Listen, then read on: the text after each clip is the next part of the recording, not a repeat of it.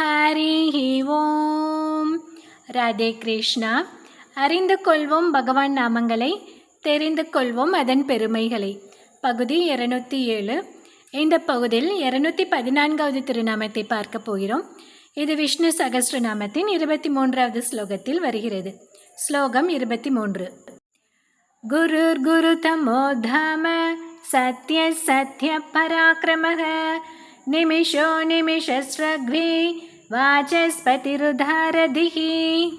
நாமம் 214. ஓம் சத்ய பராக்கிரமாய நமக. தன்னுடைய மெய்யடிகார்களிடத்தில் தனது பராக்கிரமங்களை வெளிப்படுத்தி காட்டுபவர். பிரளய காலம் என்னும் ஊழிக்காலம் வந்தது. அனைத்து உலகங்களும் பிரளயக்கடலால் சூழப்பட்டன. ஊழிக்காலம் பிரம்மதேவருக்கு இரவு ஆனபடியால் பிரம்மதேவர் உறங்க சென்றார். எப்போதும் பிரம்மாவின் வாயில் வேதம் ஒலித்து கொண்டே இருக்கும். அப்படி இருக்க பிரம்மா உறங்கத் தொடங்கியதும் அவரது மூச்சு காற்றின் வழியாக வேத ஒலிகள் வெளியே வரத் தொடங்கின. அசுரர்களில் குதிரை முகம் கொண்ட ஒரு அசுரன் இருந்தான். அவன் பெயர் ஹயக்ரீவன். குதிரை முகம் கொண்ட ஹயக்ரீவ பெருமாள் வேறு, இந்த ஹயக்ரீவ அசுரன் வேறு. அந்த ஹயக்ரீவ அசுரனுக்கு வேத மந்திரங்களை கற்றுக்கொண்டு அந்த மந்திரங்களை கொண்டு தனது விருப்பங்கள் எல்லாம் நிறைவேற்றி கொள்ள வேண்டும் என்ற ஆசை. ஆனால் அவனிடம் வேத மந்திரங்கள் போனால் என்ன ஆகும்? அதனால் அவனிடம் வேத மந்திரங்கள் கிடைக்காதபடி பிரம்மாவும் தேவர்களும் பாதுகாத்து வந்தார்கள். ஆனாலும் கூட அந்த அசுரன் ஏதாவது ஒரு வழி கிடைக்கும், அப்போது வேத மந்திரங்களை பெற்றுவிடலாம் என்ற நம்பிக்கையுடன் காத்து கொண்டிருந்தான். அவனுக்கு அந்த சமயமும் கிட்டியது. ஊழிக்காலத்தில் பிரம்மா உறங்க சென்று விட்டார் தானே. அவருடைய மூச்சு காற்றின் வழியாகத்தானே வேத வழிகள் இப்போது வந்து கொண்டிருக்கின்றன. அது அவனுக்கு மிகவும் வசதியாகிவிட்டது. அதனால் அந்த வேத ஒலிகளை திருடி சென்றான் ஹயக்ரீவன் என்னும் அசுரன்.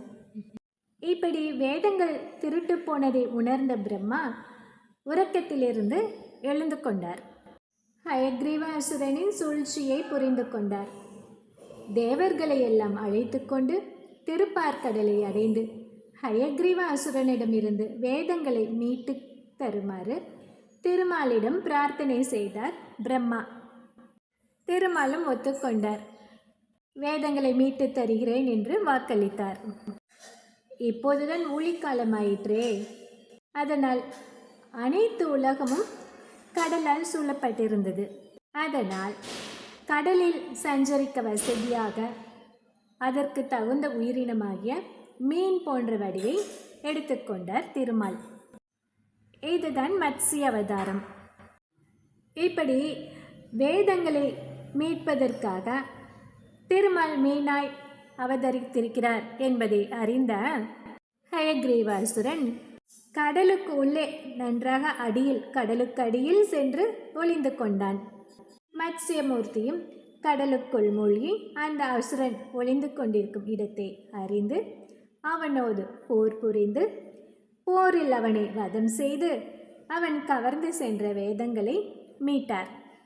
அதை கொண்டு வந்து பிரம்மாவிடமும் கொடுத்தார். பிரம்மாவும் பரவசத்தோடு நன்றி சொன்னார். நான் உறங்கிக் கொண்டிருந்த வேளையில் பறிப்போன வேதங்களை நீ சிரமப்பட்டு மீனாய் அவதரித்து மீட்டு கொடுத்திருக்கிறாய். உனக்கு எப்படி நன்றி சொல்வதென்றே தெரியவில்லை என்று மிகவும் பரவசப்பட்டார். அப்போது திருமால், பிரம்மதேவரே, உங்களை போன்ற மெய்யடியார்களுக்கு எனது வீரதீர பராக்கிரமங்களை அவ்வப்போது காட்டுவதற்காக இது போன்ற அவதாரங்களை நான் எடுத்துக்கொண்டே இருப்பேன். இதில் எனக்கு எந்த சிரமமும் இல்லை. வேதங்களை மீட்கும் சாக்கில் உங்களுக்கு எனது மத்ஸ்யாவதாரத்தை காட்டியது எனக்கு மகிழ்ச்சியே. மீனாக இப்போது உங்களுக்கு காட்சியளித்தது போலவே ஸ்வயம்புவ மனுவின் காலம் முடிந்து சாட்சிஷ மனுவின் ஆட்சி காலம் வரும்போது பாண்டிய நாட்டை ஆட்சி செய்யும் சத்தியவிரதன் என்னும் மன்னனுக்கு மீனாக காட்சியளித்து என்னுடைய பராக்கிரமங்களை காட்டப் போகிறேன் என்று சொன்னார் திருமால். அப்படித்தான் சொன்னபடியே பாண்டிய நாட்டின் வைகை நதியில் மீனாய் தோன்றி சத்தியவிரத மன்னனுக்கு அருள் புரிந்தார். இதை தொண்டரடி பொடியாழ்வார் திருமாலையில் 15வது பாசுரத்தில் சொல்லியிருக்கிறார். என்ன சொல்லியிருக்கிறார் என்று பார்க்கலாமா? மெய்யர்க்கே மெய்யனாகும் விதியலா என்னை போல, பொய்யர்க்கே பொய்யனாகும் புட்கொடியுடைய கோமான், உய்ய போமுணர்வினர்கட்கு ஒருவன் என்று உணர்ந்த பின்னை, ஐயப்பாடறுத்து தோன்றும் அழகனூர் அரங்கமன்றே. இப்படி மெய்யடியார்களுக்கு தனது வீரதீர பராக்கிரமங்களை நன்கு காட்டி அருள்வதால் மத்ஸ்யமூர்த்தி சத்திய பராக்கிரம என்று அழைக்கப்படுகிறார். இங்கே சத்ய என்பது மெய்யடியார்களை குறிக்கிறது. அந்த சத்திய அடியார்களுக்காக தன்னுடைய பராக்கிரமங்களை வெளிப்படுத்துவதால் சத்திய பராக்கிரம என்று அழைக்கப்படுகிறார். இந்த 214 நாமத்தை தினமும் சொல்லி வந்தால் நமக்கு திருமால் தன்னுடைய மேன்மைகளை நன்கு காட்டி நமக்கு அருள்வார். அடுத்த நாமம் 215. ஓம் நிமிஷாய நமக.